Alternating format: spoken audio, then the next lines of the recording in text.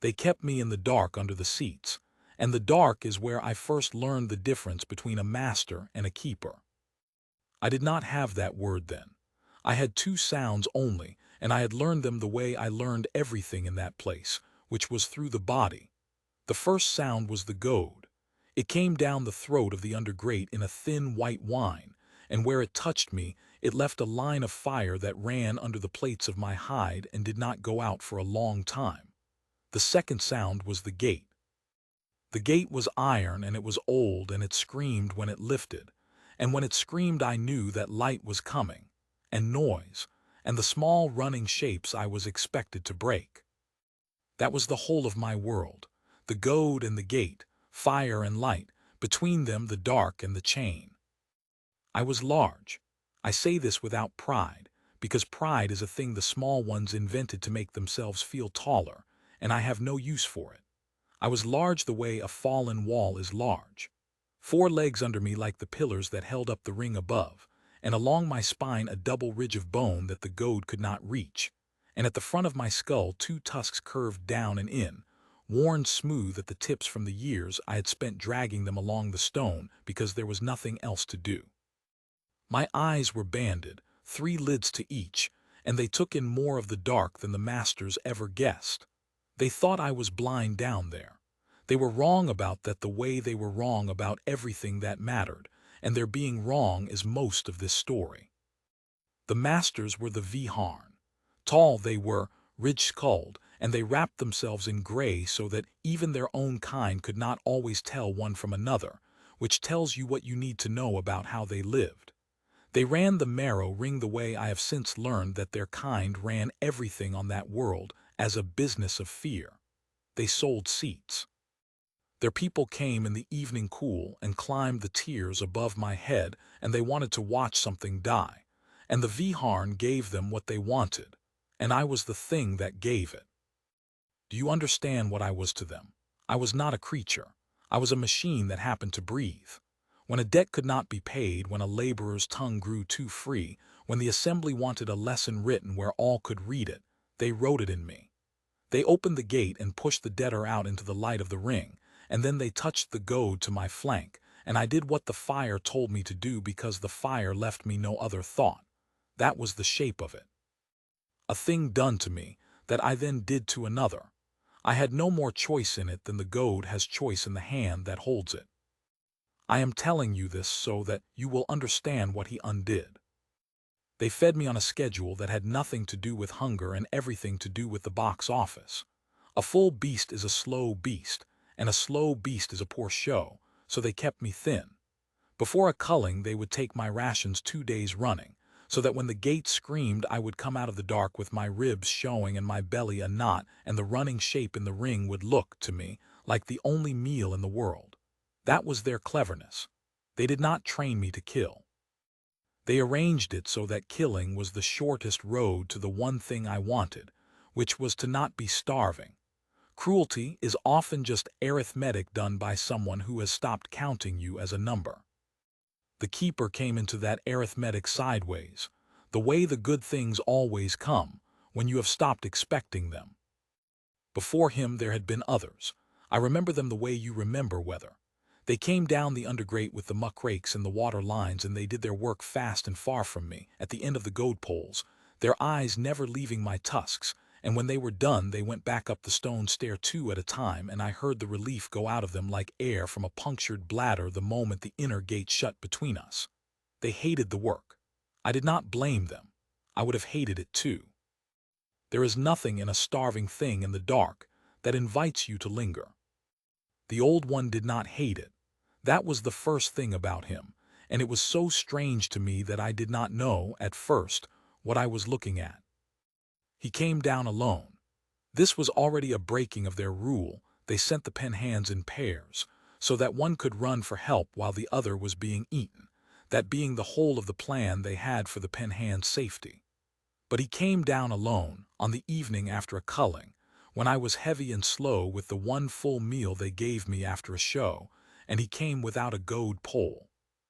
He carried a water line coiled over one shoulder and a rake in his hand that was for muck and not for me, and a lamp, A real lamp with a real flame in it, not the cold blue strips the Viharn used. And he set the lamp down on the stone at the edge of my reach, as if it were the most ordinary thing in the world to put a light where a starving beast could take your arm off reaching for it. Then he looked at me, not at my tusks, at me, at the banded eyes, and he did a thing no living creature in that place had ever done in my hearing. He spoke to me low, and he did not raise the rake, and he did not back toward the stair. I did not know the shapes of his words then. I learned them later, most of them, the way I learned everything, slowly and through the body. But I knew the sound under the words, and the sound under his words was the sound a large thing makes when it is not afraid. I had heard that sound only in myself. I had never heard it come out of one of the small ones. The Viharn's voices when they came near me were all edges, the high thin fear they dressed up as command, the way a thing that is frightened will kick to prove it is not. His voice had no edge. It was flat and worn, and it went on, unhurried, while he worked the rake through the muck at the edge of my reach and dragged the filth of my captivity out toward the drain. And it was the first time in my life that another creature had been near me and had not been counting the distance to the door. I could have killed him, I want you to hold that. From the first evening I could have killed him. He was old, I did not have the word for it yet, but I could smell it on him, the long slow rust that gets into the small ones' bodies near the end, the stiffness in the way he crouched, the missing pieces of him. He was missing 2 of the small blunt claws on his left forehand, taken long before I knew him, and the joint of that wrist did not turn the way the other did.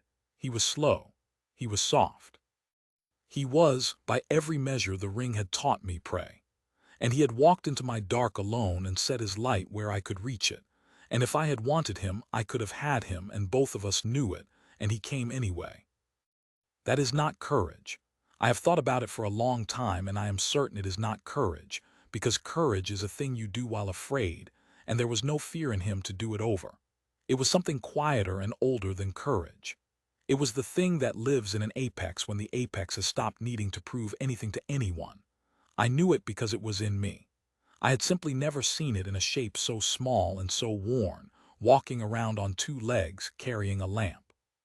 He finished his work and he took up his lamp and he went back up the stair, at a walk, not a run. And at the top he paused and he looked back at me once more, and he made the flat worn sound again, 3 notes of it. And then the inner gate shut and I was alone in the dark with the smell of him fatting and the clean stone where my filth had been. And I lay there a long time and did not sleep. The next evening he came again. I will not tell you every evening because there were many, and because the thing about how a wall comes down is that no single stone is the story. The story is that stone after stone goes, and one day you look up and there is sky where the wall was. But I will tell you the ones that mattered. He learned my rhythm before I learned to trust his.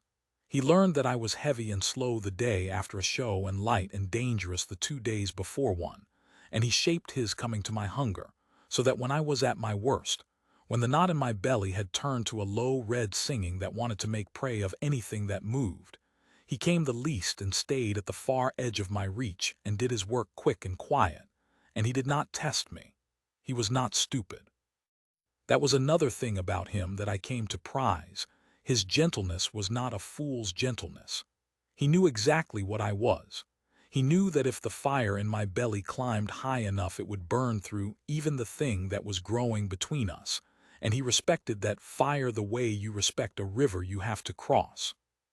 He did not pretend it was not there. He simply learned its banks. And on the good days, the heavy days, he stayed. He would set the lamp down and do the water line and the rake, and then, his work done, when any of the others would have bolted for the stair, he would sit. He would put his back against the cold stone at the edge of my reach, and he would take out a hard, flat cake of the penhand's food and eat it slowly, and he would talk. Not to command me, not to soothe me the way you soothe a frightened thing, which I would have known for the lie it was. He talked to me the way I have since seen the small ones talk to one another when they trust, about nothing, about the day, about the ache in his ruined wrist when the damp came up through the stone, about the Viharn overseer who had docked his ration for a fault that was not his, about a place with more sky than this that he had come from a long time ago and did not expect to see again. I understood almost none of it, and I understood all of it, which is the way of the two poles of any real thing. Bracken. That was the word he gave me.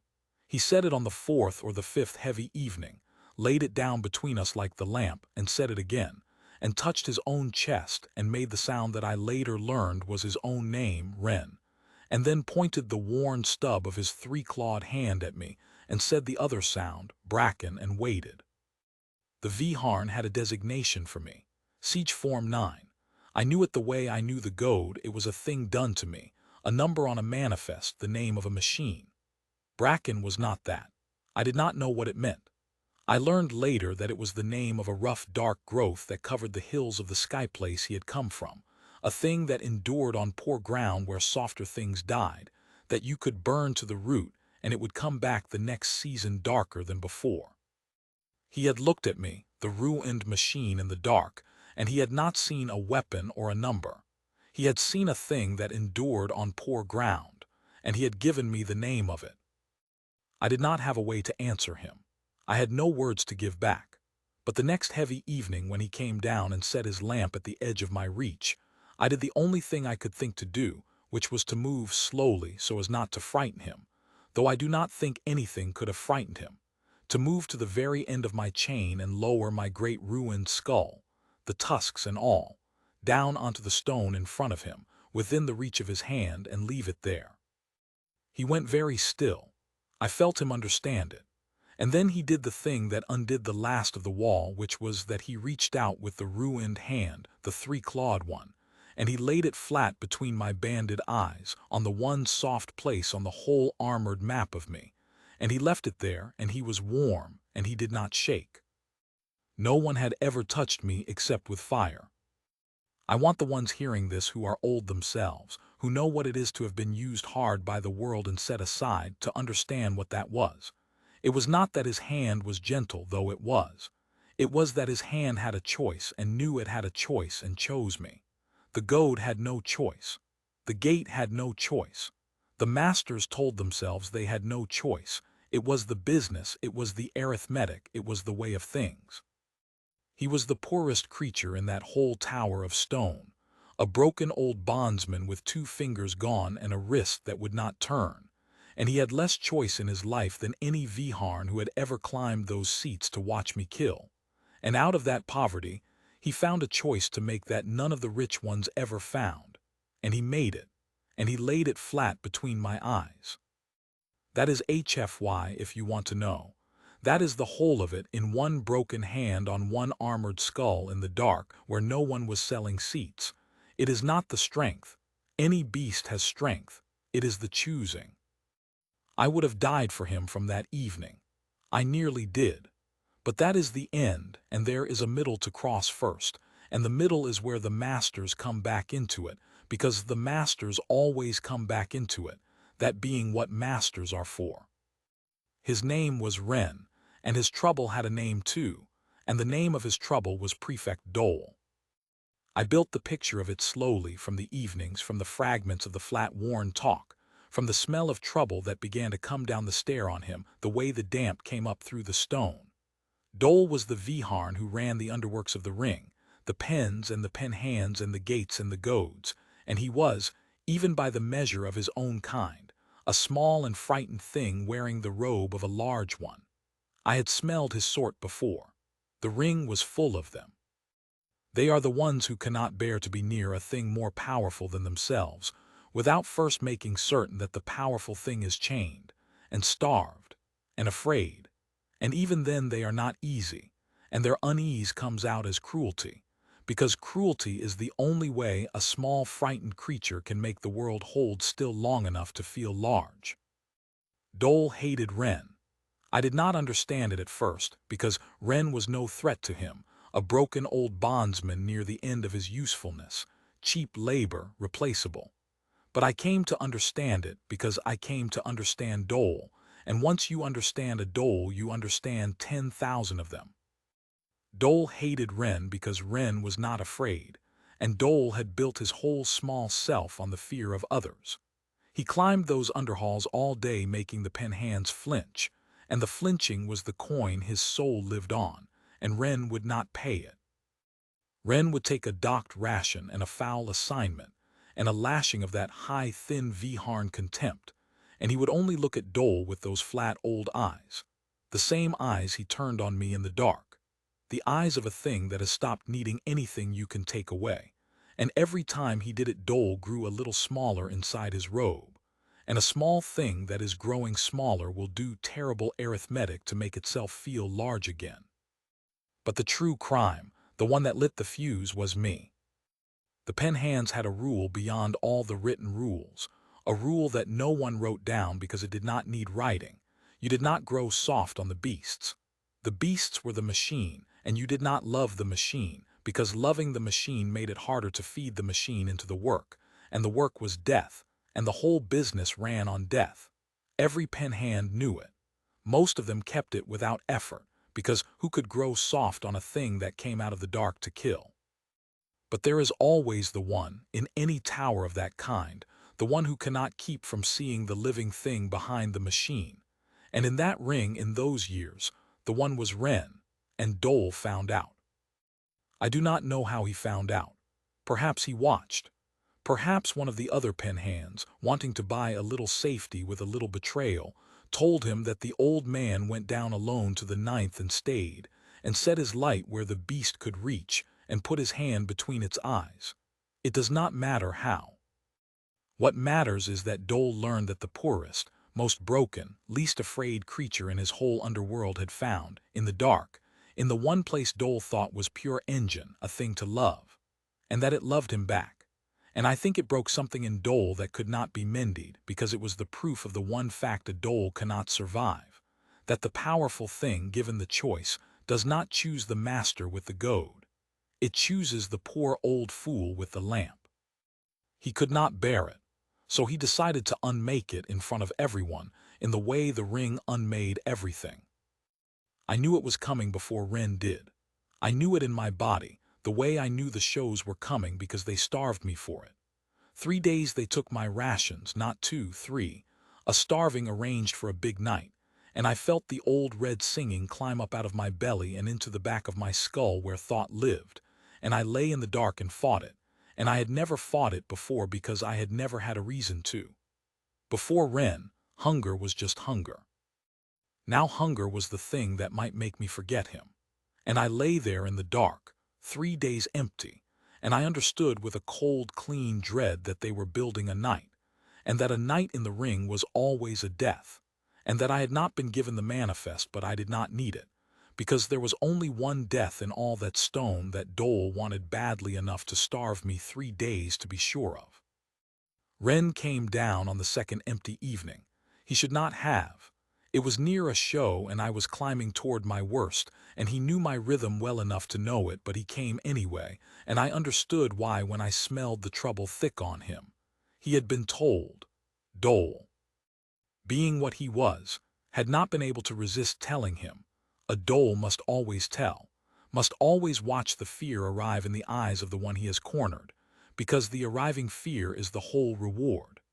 So Dole had told Wren what the big night was to be, and Wren had come down to me anyway, and this is the part I have turned over most in the long time since, because it is the part that tells you everything. He did not come down to say goodbye. I understand the small ones enough now to know that this is what one of them might expect of the scene, the doomed old creature coming to take a last farewell of the beast he loved. That was not Wren. He came down and he set the lamp at the edge of my reach, closer than he should have with me 2 days empty and climbing, and he sat with his back to the stone, and he was quiet a while, and then he talked, low and flat and worn, and he did not talk about goodbye. He talked about me. I did not have all the words, but I had enough by then, and I have had a long time since to fit the rest, and this is the shape of what he said. He said that they were going to put him in the ring with me. He said that Dole had starved me on purpose 3 days to be certain the hunger would be louder than anything else, louder than the name, louder than the lamp, louder than the hand between the eyes. He said he did not blame me for the hunger. He said it the way you would say you did not blame a river for being deep. He said that if the hunger won, if I came out of that gate and saw prey and nothing else, then that was the fire, and the fire was not my fault, and had never been my fault, and he would not hold it against me, not in whatever came after for an old bondsman at the end of his rope. He said all of that, flat and unhurried, giving me my release before the thing had even happened, because he was the kind of creature who would spend his last strength making sure the one he loved was not left carrying a weight that belonged to the masters and not to him. And then he said the other thing, the thing I have kept. He said, and I am giving you the sense of it because the words were his and I only have the meaning, he said. But I do not think it will win, he said. I have watched you fight it every day these 3 days, old friend, he said. I have watched you go hungry and not forget me, he said. You are not their machine. You never were. You are the thing that endures on poor ground, and I named you for it, and a thing like that does not forget who set the light down in the dark. And then he stood slow, his ruined wrist stiff with the damp, and he took up his lamp. And at the edge of the stair he stopped and he turned and he laid his flat old eyes on me one more time. And he said the name Bracken. And then he said his own name, Wren. And then he made a sound I had not heard him make before. A small hard sound that I have since learned the small ones make when they have decided something and are done being afraid of it. And he went up the stair at a walk, and the inner gate shut. And I was alone with 3 days of fire in my belly, and the whole night to wait. I did not sleep. You will not need me to tell you that. They came for me at the top of the night, when the tiers above were full. I could feel the weight of them through the stone, the massed heat and murmur of a ring packed to see a big death. 2 goad poles came down the under grate and hooked my chain and drew me up toward the gate, and I let them because I had a thought now. One clean, cold thought held in the center of all that fire, and the thought was this: I must reach the light before the hunger reaches me. I must get through the gate and find him before the red singing climbs the last of the way up into my skull and drowns the name.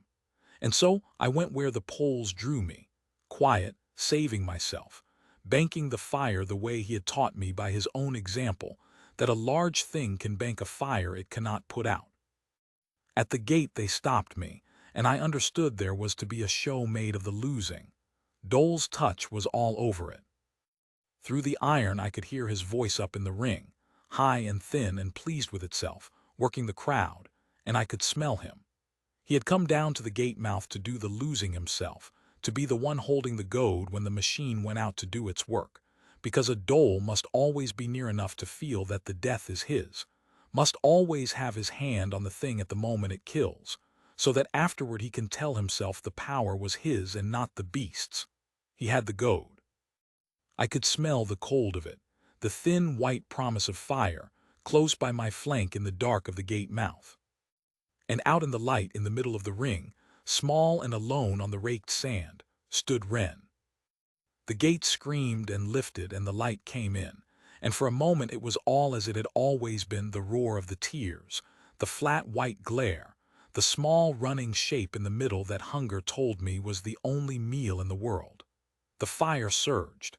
I will not lie to you and say it did not. 3 days empty, and the whole architecture of my life bent toward one act, and the shape in the light, and the red singing climbing the last of the way up. For one heartbeat, one, the machine they had made of me stood in the gate mouth and saw prey. And then the shape in the light did not run. That was the thing that broke the machine. Every death I had ever dealt had run. Running is what prey does. Running is the last of the arithmetic, the thing that tells the hunger, yes, this, chase, take. Wren did not run. He stood on the raked sand with his ruined hand at his side, and his flat old eyes on me across the whole width of the ring. And he did the thing he had done on the first evening in the dark, the thing no prey had ever done. He made himself the still point in a world of noise, and into the middle of the roar, so low I should not have heard it over the crowd and the blood and the fire, so low that I heard it only because every part of me had been listening for it for 3 days. He said the name. Bracken. And the machine died. And I came out of the gate not as their weapon but as myself, and I crossed the sand and the crowd's roar changed. I heard it change, heard the hunger in their voices, the anticipation of the kill, tip over into something else as they saw that the beast was not charging but coming, low, slow, deliberate, and that the old man was not running but waiting, and a wrongness went through the tears like a wind through grass, because this was not the show they had bought. I reached him. I stopped. And in front of the whole packed ring, in the flat white glare with the crowd above us going silent tier by tier as the wrongness spread, I lowered my great ruined skull, the tusks and all, down onto the raked sand at his feet, into the reach of his hand, and I left it there. I knelt to him. You must understand what that was to the ones watching. They had come to see a machine kill a debtor. They saw instead the deadliest thing in their world, the engine of 100 deaths, the siege form that even the Viharn handled only through iron and fire, cross the sand and lay its skull down in the sand at the feet of a broken old bondsman and wait, like a thing that had found the one it belonged to. And Ren reached out with the three-clawed hand and laid it flat between my banded eyes, on the one soft place, where he had laid it in the dark where no one could see. And now he laid it there in the light where everyone could, and he was warm, and he did not shake. And the whole ring saw the powerful thing choose the poor one in front of them in the open, and could not unsee it. That was the first pole. That was the kneeling. And it would have been enough, it would have been the sweetest thing I ever did, to shame them all simply by loving him where they could watch. But the masters, being masters, could not let the shamming stand. They had to reach for the goad. Dole came out onto the sand. I smelled him before I saw him, the fierce sweat under the gray robe, the cold, thin promise of the goad in his hand, and I understood, with the clean, cold thought still held at the center of me, exactly what he meant to do. His show had turned.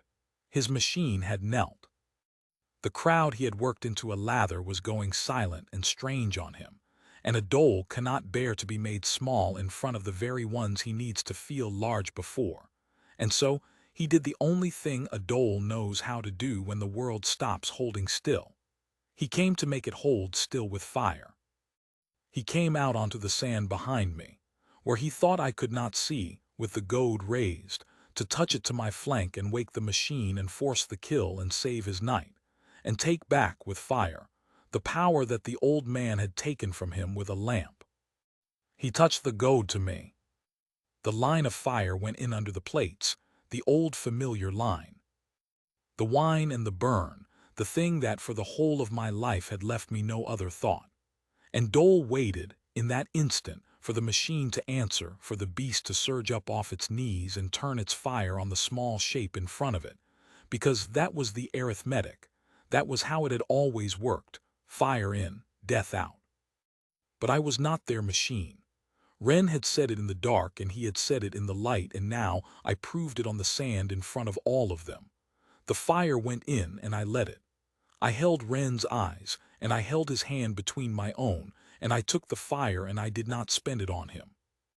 I banked it, 3 days of hunger and a lifetime of the goad. I banked it the way he had taught me a large thing can, and I turned, slow, deliberate, so that all the tears could see it happen, and no one could later say it was an accident of the moment. I turned my great ruined skull away from the old man I loved, and toward the small frightened thing behind me with the fire in its hand. And Dole saw, in my banded eyes, the thing he had spent his whole small life making certain he would never have to see. He saw that the power was choosing. He saw that it had always been choosing. He saw that the goad had never commanded me. It had only ever hurt me, and hurt is not command, and a creature will endure a great deal of hurt from the thing that holds its chain right up until the moment it decides it will endure no more, and then all the fire and all the goads in all the world will not turn it back. He saw that he had walked out onto the sand and put himself between the beast and the one thing in the world the beast would not harm, and that this made him, by the plain arithmetic of the ring, the prey. He ran, of course he ran. They always run at the end. The whole tower of their power is built to keep them from ever having to learn what the debtors on the sand already know, which is how to stand still when death comes. And so, when death finally came for Dole, he had nothing in him to meet it with. And he ran, dropping the goad, that thin white toy, and it clattered on the sand behind him, and I stepped over it as if it were nothing. Because it was nothing. It had always been nothing. It was only fire, and I had swallowed a lifetime of fire, and here I still was. I will not give you the gore of it, because it is not what mattered, and because he did not matter in the end, as much as he had spent his life insisting he did. I will tell you only that the goad masters at the gate, the ones who had drawn me up on their poles, did not come out to help him, and that the other Viharn overseers up in the tiers did not come down, and that the crowd that had bought its seats to watch a debtor die watched instead a prefect learn, in the last quarter minute of a very small life, exactly how the debtors had felt, and that not one of his own kind lifted a hand, and that is its own kind of answer, and Dole heard it before the end. He died knowing that the power he had borrowed had never been his, and that no one who had bowed to that borrowed power that morning would spend a single breath to save him now that it had turned, and that the only creature in that whole tower of stone who had ever been given something that could not be taken away was the broken old bondsman standing in the middle of the sand with his hand out, calling a beast home. Because that is what he did while it happened. He did not watch Dole. He had no interest in Dole. Dole had never been the point. He turned his flat old eyes away from it, and he kept them on me. And he said the name, low, steady, over and over, Bracken, Bracken, a rope of sound thrown across the sand. And when it was done, I turned from the ruin of the prefect, and I followed his voice back across the ring the way I had followed it out of the gate. And I lowered my skull to the sand at his feet one more time, and he laid his hand between my eyes, and we stood there together in the middle of the silence. And it was silence. That was the thing I have kept longest of all, longer even than the hand. The ring had gone entirely still. A packed tower of the Viharn, come to watch a killing, and they had gotten one, and it had not been the killing they came for, and it had shown them a thing they could not now unsee, that the machine at the bottom of their world was not a machine, that it had a name given to it by the poorest of them, that it had chosen, that all their fire and all their iron and all their arithmetic had only ever been borrowed and could be turned, in one heartbeat, by a thing that had finally been given a reason to turn it. They sat in their tiers above us, hundreds of them, and they did not roar and they did not flee, and they did not know what to do, because there was nothing in the whole business of the ring that had prepared them for the sight of the beast and the old man standing quiet in the sand, and the beast's skull under the old man's hand, and the old man not afraid, and the beast not their machine, and the small ruined thing that had held the goad lying still where it had learned too late what the debtors know. I have thought in the long time since about what he taught them in that silence, and I think it was this. He taught them that power is never really owned by the one who holds the chain. It only ever sits with the one who chains it, for a while, on loan, at the pleasure of the thing chained, until the day the thing chained is given a reason to call the loan. And he taught them that the reason, when it comes, does not come from more fire or more iron or a longer chain. It comes from a lamp set down in the dark where a light had no business being, and a hand laid flat on the one soft place, and a name given to a thing that had only ever had a number. It comes from the choosing. And the ones who spend their lives making certain they never have to choose, the doles, in their gray robes, doing their cruel arithmetic, will find, on the day the loan is called, that they have no name to call across the sand, and no hand anyone will take, and no creature in all the world that will cross the ring to lay its skull down at their feet. They will have only the fire, and the fire in the end belongs to whoever has learned to swallow it. They did not send another goad master out after us. I think they understood in the silence that there was no goad master left in the whole tower brave enough to walk out onto that sand, and no goad that would have done them any good if one had. So they opened the far gate, the one that led out and not down, the one I had never once in my life been drawn through, and they let us go, not out of mercy, the Viharn had none to spare, but out of the plain arithmetic they understood best, which was that a thing they could no longer control was a thing they wanted out of their tower before it decided the tower was next. Ren walked and I walked beside him, my skull low by his ruined shoulder, and we went out through the far gate into a light I had never seen, which was the real light, the skylight, the one he had told me about on the heavy evenings, more of it than I had known there was, and he stopped in it and turned his flat old eyes up into it and made a long, slow sound that I understood finally, without needing any of the words. Because it was the sound a thing makes when it has endured on poor ground for a very long time, and has come, at the last, and against all the arithmetic, out onto ground that is not poor. I do not know all of what came after, and I will not pretend to, because a thing should be honest about the edges of what it knows. I know that we did not go back. I know that the old man's ruined wrist still ached when the damp came up, and that I learned the shape of a sky place at last, with more room in it than the whole ring, and that I never again went hungry to another creature's arithmetic, and that his hand, until the end of his days, which came after mine, would have if the ring had kept me but before I was ready to be without it, found the one soft place between my banded eyes on the good evenings and lay there, warm, choosing, the way it had chosen in the dark. And I know the one thing worth ending on, which is the thing I would say to any creature that has been used hard and set aside and told it was only a machine, only a number, only the fire it could be made to spend on command. It is this: they will tell you the power belongs to the one with the goad. They are lying, and they know they are lying, and the proof that they know it is the size of the goad and the length of the chain and the 3 days they will starve you to be sure. The power was never theirs. It was only ever on loan from you. And the day someone sets a lamp down in your dark and lays a hand on the one soft place and gives you a name instead of a number, you will feel the loan come due, and you will learn, as I learned on the sand in front of all of them, that all the fire in the world belongs, in the end, to whoever has finally been given a reason to swallow it whole, and to lay their great ruined head down, of their own choosing, at the feet of the one who set the light in the dark. His name was Wren. He called me Bracken, and when they starved me to make me kill him, I crossed the sand and I knelt.